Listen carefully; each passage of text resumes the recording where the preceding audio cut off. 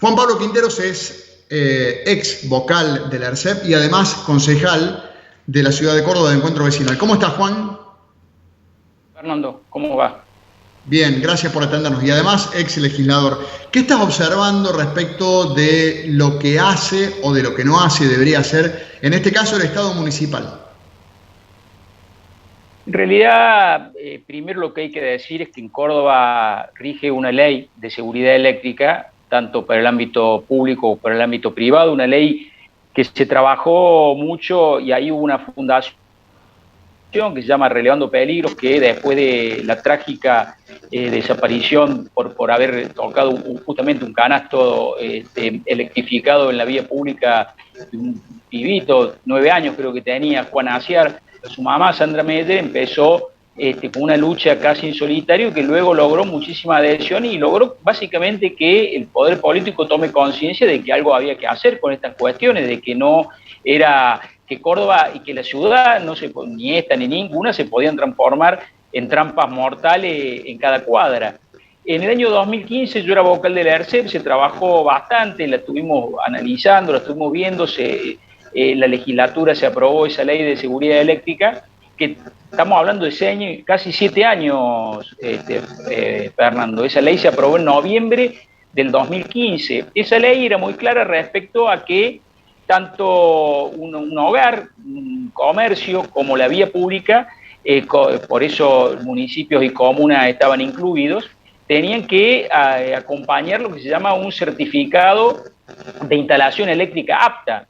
Esto era los efectos de garantizar que, insisto, ni una casa, ni un semáforo o un poste de alumbrado o en una plaza se transformaran en una trampa.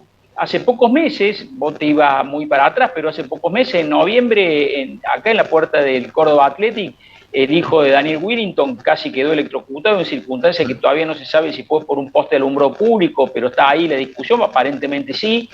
Y ahí, que justo en ese momento iban a prorrogar por 2 años más, que entrara en vigencia para el municipio la obligación de presentar este certificado, y bueno, y quedó en la nada, y seguramente los legisladores del oficialismo pensaron que en febrero lo podían aprobar y trasladar 2 años más. ¿Por qué me voy a la ley de seguridad eléctrica, Fer?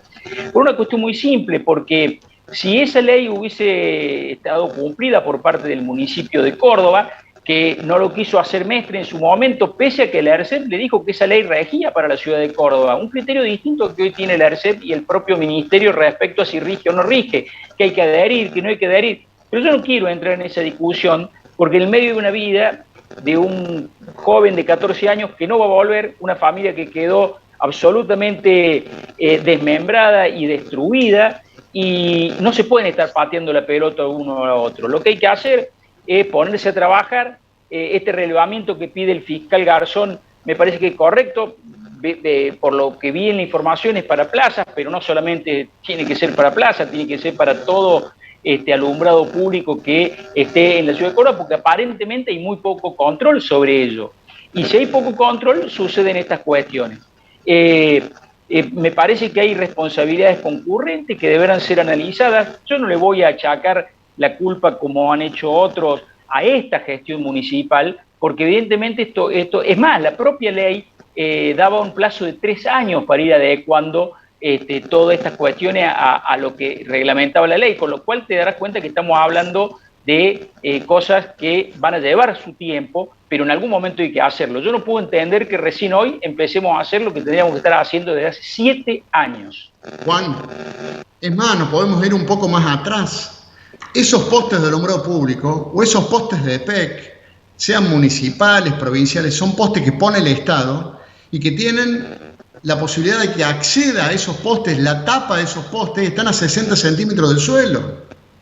El propio Estado que le pide a las empresas privadas, y con razón, que pongan cables subterráneos, bocas subterráneas, que no queden al alcance de la mano de una persona, el propio Estado coloca sus postes de alumbrado o de EPEC o de iluminación con la posibilidad de una tapa a 60 centímetros del piso para que meta la mano desde un vándalo hasta un adolescente que sin querer se apoya y se muere.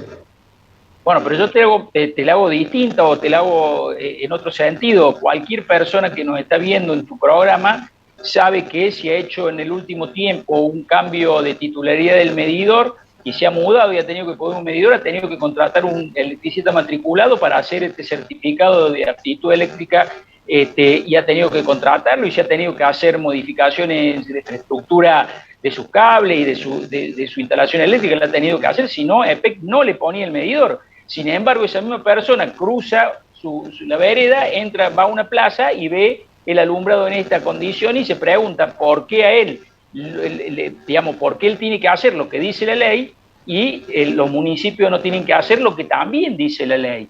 Por eso me parece que en esto hay que tomarlo con mucha prudencia, hay que ser muy serios, acá hay vidas en juego y me parece que lo peor que se puede hacer es especular en todo sentido, especular desde lo político con la posibilidad de ver cómo dañamos o no dañamos a alguien, y mucho menos especular con la vida de la gente, porque de lo que se trata es de que uno tiene que estar tranquilo que su hijo va al parque o a la plaza a jugar a la pelota y va a volver y no va a tener el peligro de tocar un poste y quedar pegado. Eso es realmente una locura. Juan, como siempre, muchas gracias. Muy interesante escucharte, ¿eh? Te mando un abrazo. No, muchísimas gracias. Hasta luego.